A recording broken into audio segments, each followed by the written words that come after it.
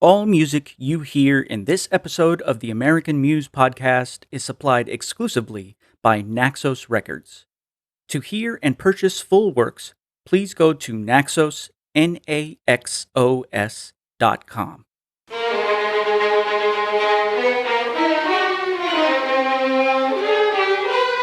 Welcome to American Muse Podcast, where we explore hidden secrets in the landscape of 19th and 20th century American orchestral music. Your host is Dr. Grant Gilman, conductor, violinist, and author based in Atlanta, Georgia. In each episode, Grant unearths a fresh orchestral work by an American composer you may not even know. And by the end, we hope you are a new fan of the composer and their music. Now, your host, Maestro Grant Gilman.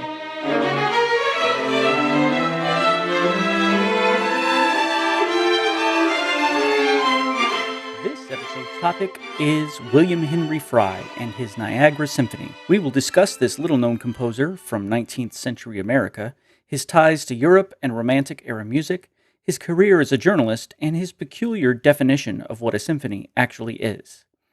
We will also hear the unique story of New York's Crystal Palace, run by none other than P.T. Barnum, for which Frye's Niagara Symphony was written. So, William Henry Frye, born a Philadelphian in 1813 or 1815.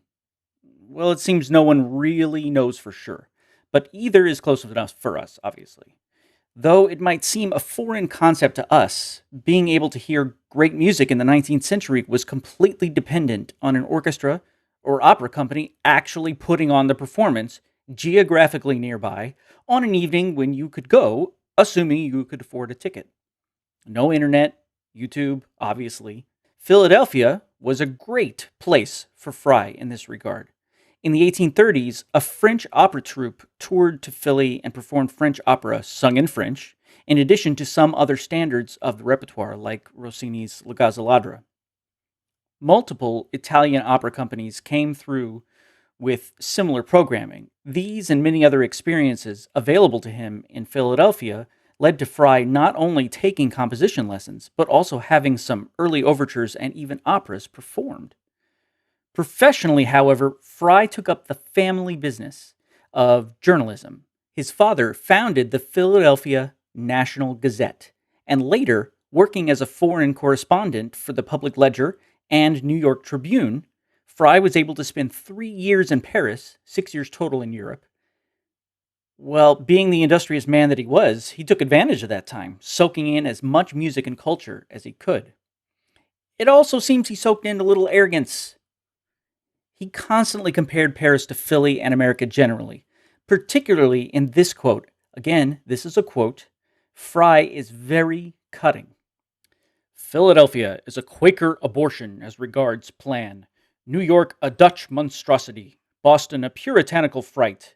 When the groveling, penny-scraping, health-destroying folly that blotted out the only dash of beauty born of the narrow spirit which planned Philadelphia, the Center Park, which changed that pretty little circle of verdure and trees into four-square whatnots, which are a disgrace to Philadelphia and human nature, when that beggarly abortion which should be gibbeted as a criminal against good taste shall be changed. A new birth shall be given to democracy, and the strength and splendor which royalty has conferred on Paris. Social justice shall spread over our community. Perhaps, if the Tuileries Gardens were in Philadelphia, some money grub would vote for cutting it up to admit vehicles through, or worse even, for city lots. As you might have figured out, this man has a lot to say. At any rate, Frye did return to the U.S. and lived out his life as news editor, critic, and composer. He relentlessly criticized audiences for wanting European-centric only programming, while instead he championed American music. He even found time to do a series of music history lectures.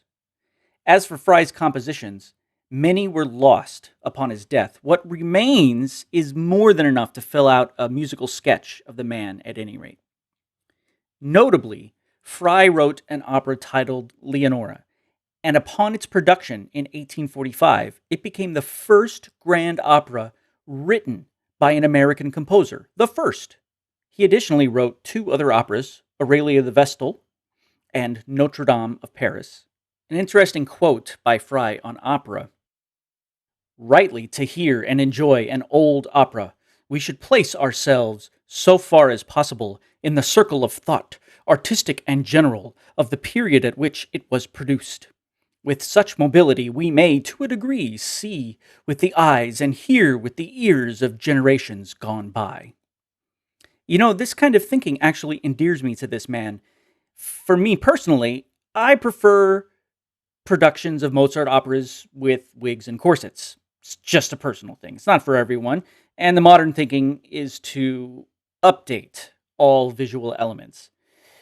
But the dated scenery and costumes help me personally to enter the moment and the time period and disassociate from the present. Frye wrote as many as 7 symphonies, or at least that's what he calls them.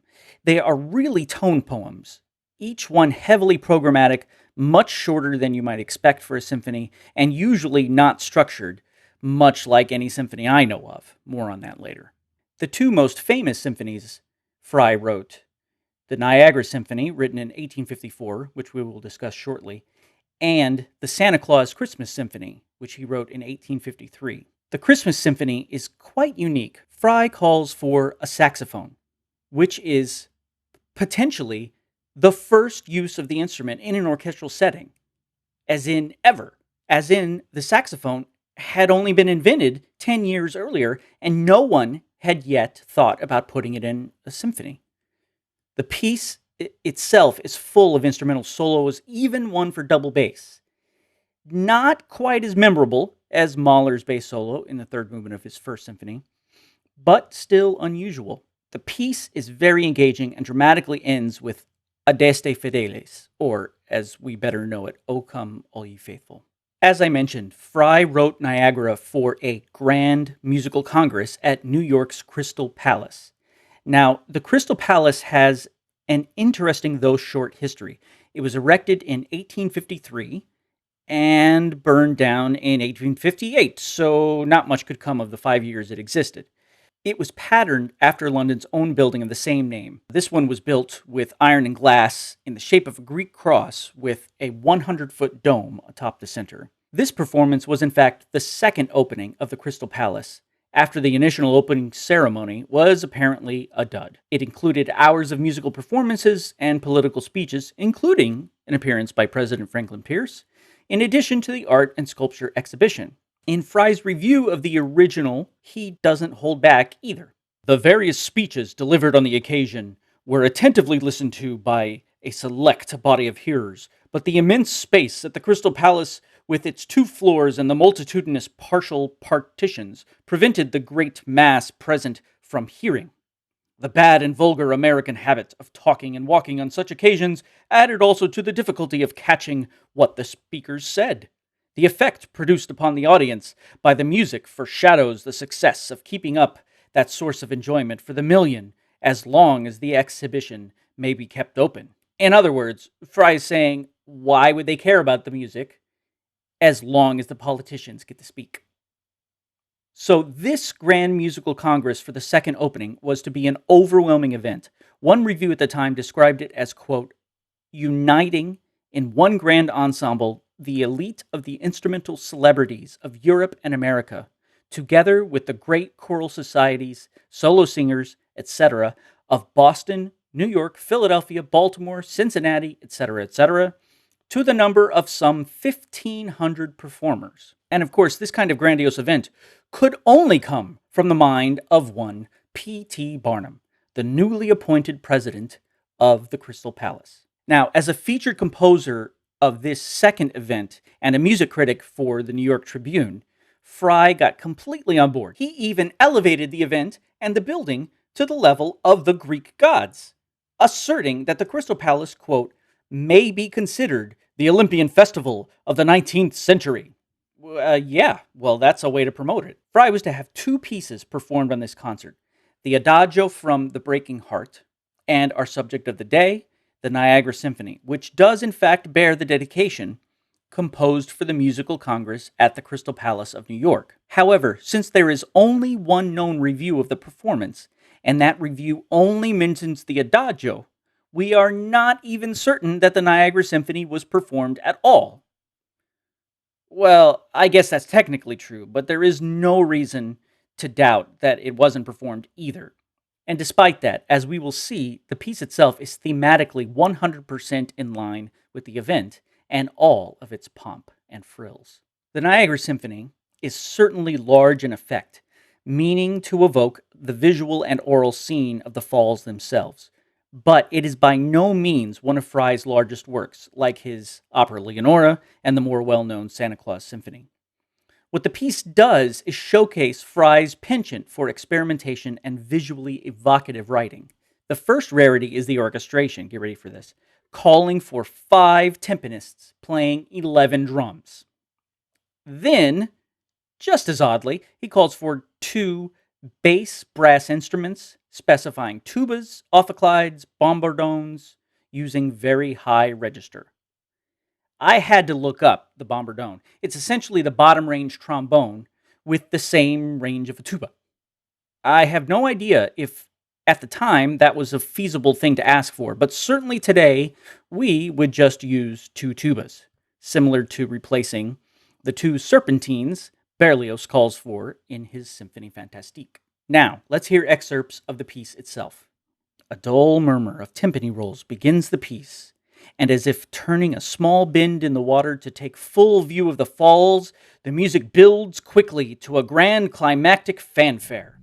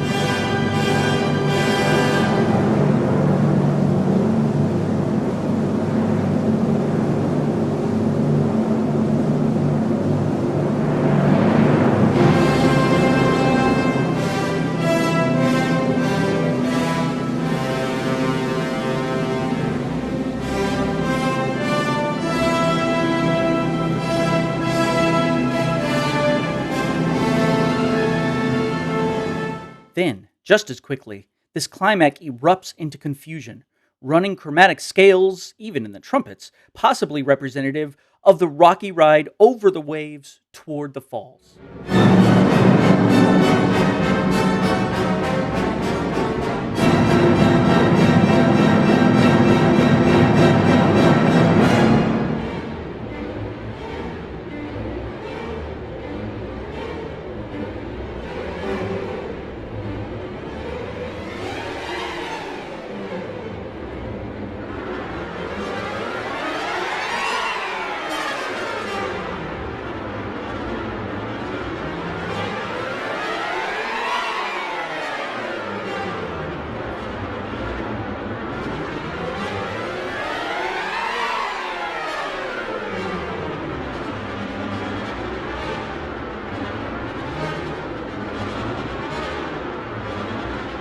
After yet another climactic crash, of waves maybe, the sound finally calms, opening up to a surprisingly stately contrasting theme, though the timpani rolls persist beneath throughout, foreshadowing what is to come.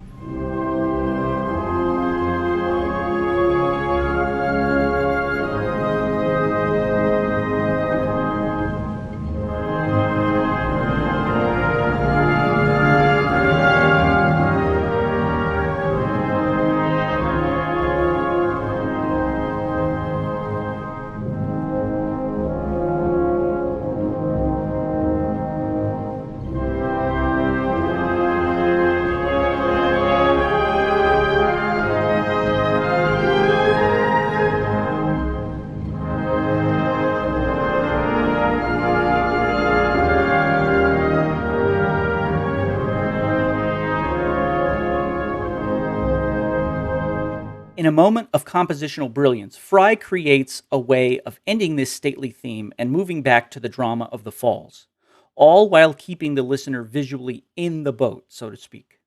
Before fully ending the section, there are 4 rousing interjections, followed by stillness. Only the ever-rolling timpani are heard. Only then, after rising tremolo and brass chords, does he finally arrive at a recap of the beginning fanfare.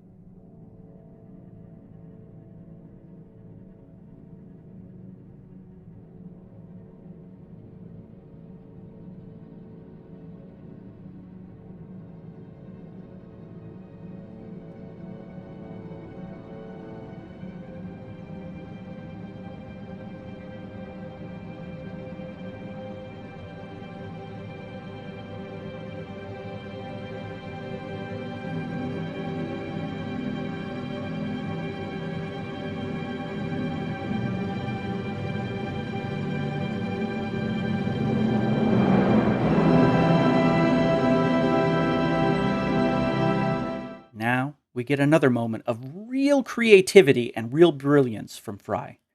After repeating much of the opening material again, at a moment of tight dissonance and tension, Frye creates a distant sounding echo of this moment and quietly ends the piece in oblivion.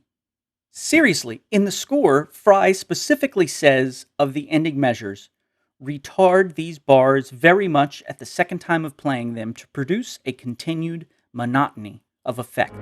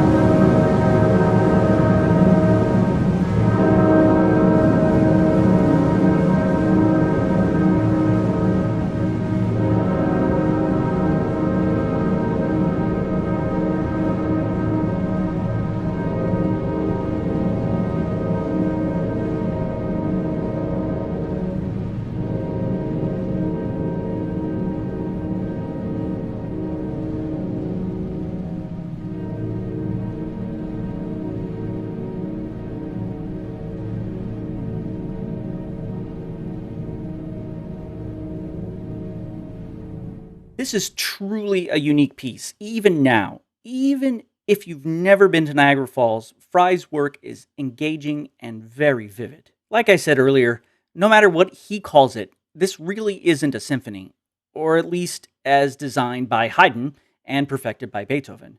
And Frye spent enough time studying music in Europe, in America, that he knew very well what a symphony was. Maybe it was more of a marketing idea, or possibly he had intended the pieces to be longer originally. I'm not sure. At any rate, the entire piece is worth enjoying in totality as it is. no matter the title. If you like what you have heard and want to support the advocacy of American orchestral music, please consider signing up to donate regularly at patreon.com for our continued production of this podcast. Also, subscribe for updates wherever you get your podcasts so you don't miss an episode.